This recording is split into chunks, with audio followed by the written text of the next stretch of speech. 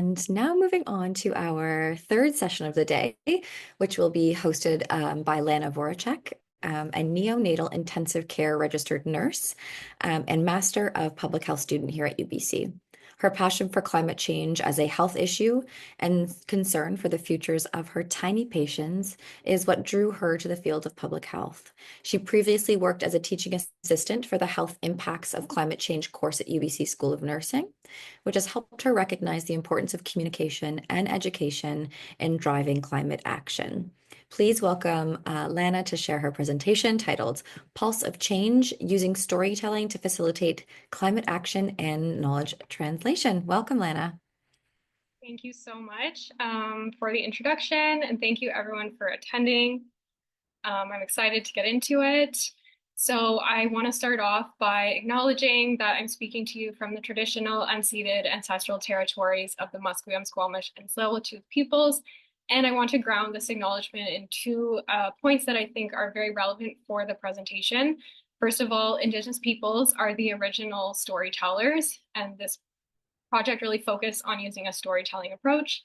And the second one is that climate change, which is the inspiration for this entire project, is a result of the disruption of the ways of knowing and being of Indigenous peoples who have cared for and lived in harmony with this land for generations. So with that, I'll just provide firstly a brief overview of the presentation. I'm going to talk about some background first, and then sort of the theory of change, what we were trying to accomplish and how we did it. And then lastly, some of the benefits, I think, of applying this model to a different setting. Hey, Lana, just quickly before you keep going, I believe your share screen, I don't know if it's the same for everyone else, but I'm not seeing any slides or anything. It's just sort of jumpy. Is that the same I'm seeing for that too. others? Yeah, let's give it another try. Oh, okay. I'm so sorry. Let me Oh, try. no apologies. All good. I'm always being foiled by technology. I think that's what it does. Okay, so let me try again. Sure. Okay, how is this looking now? Oh, yeah. Let's have a look. Great. Perfect. Okay, so Magic. thank you. Okay, so yeah, so that's my title slide, land acknowledgement, overview of the presentation. And I'll start by jumping into the background. So first of all, the sort of key background piece that inspired this project is that our health depends on the health of our planet. And similarly, our planet's health depends on how we care for it. And this is fairly intuitive if you think about things like the fact that we need clean air, clean water, and a safe environment in order to thrive. And so this interdependent relationship is known as planetary health. And it was alluded to in my introduction, but I'll just share a little bit more so about myself and how I came into this project. So I'm a neonatal intensive care nurse.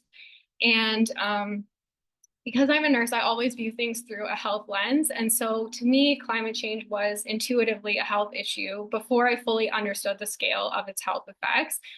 And I was very frustrated at work because the health sector, which is meant to safeguard health, I saw it kind of consistently having this counterintuitive effect that was harmful for the environment. So here's an example where these life-saving antibiotics that I give every day at work were generating 20 pieces of garbage. And so I really felt concerned about this, and that brought me to go back to school and do a master's in public health and try to focus as much as I could on the health impacts of climate change. And so through that, I also had the opportunity to work as a teaching assistant, as was mentioned before. And so I was able to sort of accompany my students on this transformative learning journey as they began to understand the health impacts of climate change. So between my classes and my experiences as a teaching assistant, I learned some key points that really shaped this project. The first one is that climate change is under-recognized as a health issue. And so there is a need for more communication and framing of it as a health issue. The second one is that there is a lot of great work in climate that's happening across UBC, but a lot of the time it's disjointed because it happens within professional silos. And the last one is that education by itself is not enough to drive our actions. So we really need to connect with people emotionally in order to change their behavior. And so knowing that education alone, knowing that our emotions drive our actions, I just want to briefly pause and look at this image of common climate change headlines and think about how they make you feel. How does this messaging make you feel? And by extension, how would it make you act? So for me, when I look at this, I feel despair, I feel hopeless, I feel afraid, and that makes me not want to act and just turn away from the problem completely. And so to me, that's a big gap between the communication that we're receiving and what we're trying to achieve. And so that kind of shaped my whole, all those background pieces really shaped my whole approach to this problem. So this was sort of the theory of change that we came up with. So the action really focused on communication. So can we communicate about climate change in a way that is honest about its risks and harms, but still showcases inspiring solutions and inspiring people? And by doing that, could we shift people out of climate despair and towards climate action? And by showcasing people from across different disciplinary areas, could we sort of break down some of those silos and facilitate more collaboration and reduce anxiety related to climate change? And sort of the reason why I was hoping this would work is because knowing that our emotions dictate our actions, and also that taking action on climate change reduces climate anxiety. So I'll talk a bit more about how we approach this. So research shows us that one of the most effective ways to communicate with people's emotions is through telling stories. And because of that, we wanted to take a storytelling approach to the project and really focus on people and the work, people who are doing the work and their experiences and their stories and their motivations, and try to convey that to the audience in a way that's very personal. And we wanted to give, again, we scoped this as like a mini series. So we wanted the first season to be able to stand alone, in the sense that if somebody listened to all the episodes, they would have a fairly holistic sense of the issue and different, how it can be approached from different disciplines. And so we are very intentional just in selecting people and topics that could speak to all these different areas of climate change and health, with the overall arching theme of planetary health and climate justice. And this is an image from the Planetary Health Education Framework, so I won't get into it too much, but overall, I think our series does address kind of all of these themes in the Planetary Health Education Framework if someone were to listen to all of the episodes. So let's talk about the medium. Why did we choose this medium? So first of all, my personal experience, because I think listening to podcasts really made me want to go back to school in the first place, because I was able to learn about data directly from researchers without having to pay thousands of dollars in tuition. So in that sense, it's a pretty low barrier to entry way for people to access information. And another thing about podcasting is that it doesn't require you to sit and look at a screen to absorb the information, which is something that we spend way too much time doing already. The other reason is that podcasting is a pretty intimate and portable medium, so we can be in anybody's ears while they're doing anything. And that again makes it easier for people to access. And the other reason is because it's quite a popular medium for information sharing already. So there are very influential podcasts, both on the side of sharing scientific information and on the side of sharing misinformation. And so in that sense, it is a powerful tool that can be harnessed. And so with each episode, we accompanied it with a transcript with citations. And the goal of this was, 1, to make it more accessible, 2, to make it more credible, 3, to provide listeners who are interested a way to kind of find any resources that were mentioned by the speaker very easily, and also for it to potentially be used in a classroom. So each episode is annotated. So if you see like a talking point, whether that's referencing another information source or a study or something, somebody can click on it and then it will take them to the reference list and they can access that. And all of our episodes have between 30 and 60 citations. And so lastly, I'll just talk about how this medium could be applicable to other settings and some of the benefits. So as a graduate student with an academic lens, like my instinct is to say, I think this could be a very powerful knowledge sharing tool within a university, faculty or community, but certainly I'm sure it could be applied to other settings as well. And some of the benefits from this that weren't even related to our goals, first of all, it gives media experience to people who might not otherwise receive that. So for example, we interviewed graduate students and they had the opportunity to share with us in a safe, controlled environment. Secondly, it allows for work to be shared and amplified. And that can kind of facilitate both engagement from people sort of within UBC, as well as maybe community partners or members of the public who are drawn to those projects and want to participate. And so in that way, it can facilitate new partnerships. And so that is kind of the bulk of my presentation. So thank you so much for listening. I want to also give a shout out to my two very talented teammates who could not be here today, David Acuna and Alana Thorburn-Watt. And I'm happy to take any questions. I also have a sample audio clip that I can play depending on the time, whatever works. So yeah, let me know. I'm open to the audio clip, Lana, if you'd like to share it, certainly. And again, please feel free to toss your questions in the chat. And if you have any, otherwise we'll get to them after this audio clip. Great. So I have, see if this will work. Yeah, here. Oftentimes when we think about climate change, it's such a broad, big topic. How can we do it? It's a systematic issue that any individual too small to change it, right? When I started to volunteer a couple years ago, that's when I realized, you can go back to a community. I joined a heat dome in 2021. I didn't know what to do, right? I cannot change the heat dome. What I did was to talk to my neighbors. I chatted with few neighbors who were kind of vulnerable. They were seniors. I was like, hey, my name is Alexi. I'm your neighbor. This heat dome is very dangerous. Do you have enough water? Do you need help?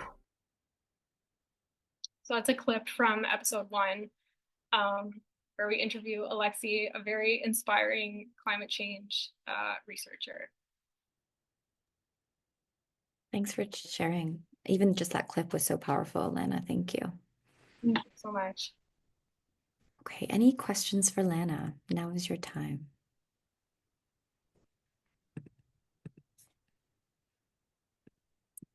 Lana, I'm curious what platform you're using to create your podcast. Yeah, so the podcast is hosted on something called Buzzsprout, which kind of shares it with every podcasting platform. And then we also have it on YouTube. And then we do promotion on social media, so like Instagram and LinkedIn. And then what we use to create it, so we record it and Adobe Audition is what David, he is the tech editor. That's what he uses to edit the episodes. Oh, and we also use Descript. So Descript is this transcription software that will automatically generate a transcript. And then what you can do is use, you can like copy and paste from the text and it will rearrange the audio clip in that way. So Descript has really allowed us to embrace the storytelling format because we are able to rearrange the episode in a way that is a more narrative style. Amazing. Thanks, Lana. Can I ask some questions? Of course. Lana, thank you for your presentation. About Descript, I was just curious whether you're using the paid version of Descript or the free version, because I know there are limitations when you use the free version. Yeah, so we were able to get funding for this project through AMS UBC.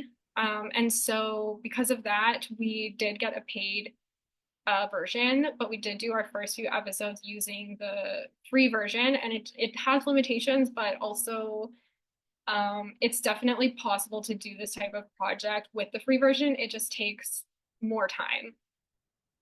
Yeah, thank you for that. And then I don't know if I missed this when you were presenting. Apologies if I did. But my question is, Do you intend to reach out to like particular groups of people? I mean, who the target audience is for you? And then have you received any feedback from people who listen to your podcasts? Yeah, that's an excellent question. Thank you for, I did not include that in my presentation just for time, but I'm happy to speak to it. So our target audience, so really overall members of the public, and that is partly because I think members of the public are a group that is often missed in climate related communications. So I think that's partly because things like ministries and stuff that do sort of climate research and policy, their mandate is not to communicate it with the public, it's to communicate it with more internal partners. And so we wanted to address the public, but then like zooming in on this a little bit more, our target audience was sort of university students and specifically UBC students. So one of the reasons for that is because university students are disproportionately affected like by the mental health impacts of climate change. And they're also at a point in time when they might be deciding what to do with their careers. And so hearing somebody like someone who is working on a climate and health solution could influence them at a time when they might make a different decision that could have a big impact on their professional career and on the world. And so that was sort of like the big dream reason why we picked that target audience. It's also because of my experience as a teaching assistant. I was just thinking of students like mine when we were making the project.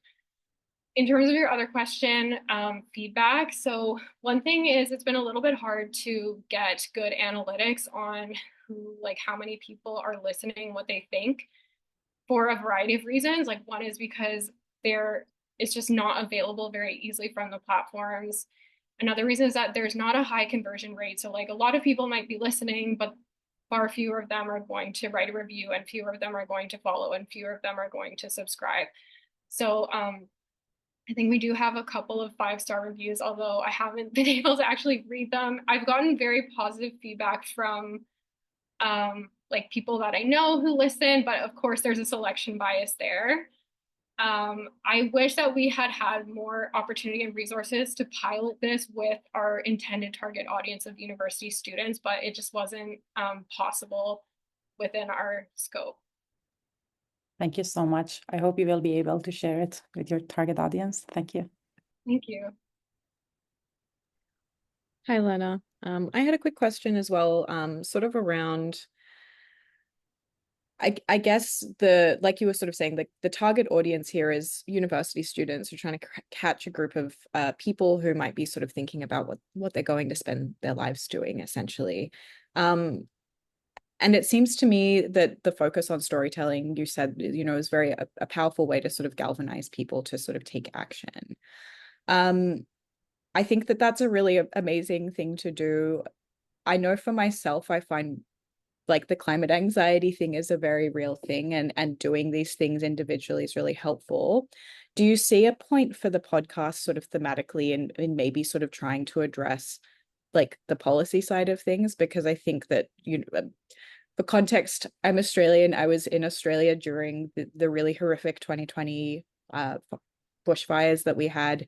We were, as a community, really, really disappointed in the government response to that disaster. And it was the community and the storytelling that kind of got people through it. But we are still sort of facing this huge problem with a government that isn't doing enough. And I guess, like, I know that is probably something that you think about too. Like, do you see sort of a space for that within this podcast as well? Because I think the storytelling is important, but I also think that, making people in power accountable is also very important too. Yeah, absolutely. Thank you for the question. So, I mean, I think one of the ideas behind this is that it might not seem like it or feel like it, but government policies are influenced by public opinion, and public opinion is often left out of like when, like, let's say when like public agencies are doing research and then they're trying to translate that into policy, they go directly to the policymakers, but that the reason why those policies work or are important isn't always communicated to the public in an effective way. So we were trying more to fill that gap, although I do think that policymakers are also people that could potentially listen to the podcast.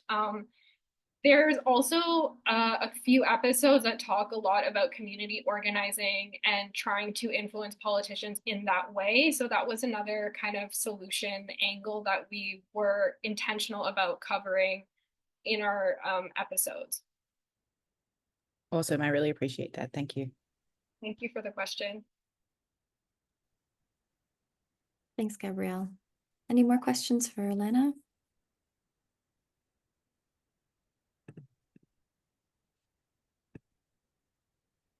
I'm wondering, Lana, if you've collaborated with Rob, Dr. Rob Van Weinsberg, further, because I could see this being a really helpful resource in a classroom context, especially just to even enhance accessibility if we're talking about, I think, different ways of incorporating content to reach, more people. And yeah, I'm just brainstorming possible ways that we could potentially introduce this into different courses, especially because I think you've done such a beautiful job of combining like the storytelling aspect with this kind of academic, kind of research focused lens as well. So just think it's a beautiful idea. Yeah, thank you so much.